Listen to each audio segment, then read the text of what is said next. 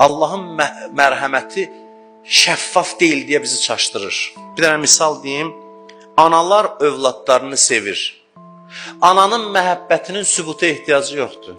Niyə? Çünki şəffafdır. Tez-tez biruzə verir özünü. Elə bilirsən, görərsən, anası qurban olsun oğluna, ya qızına, filan.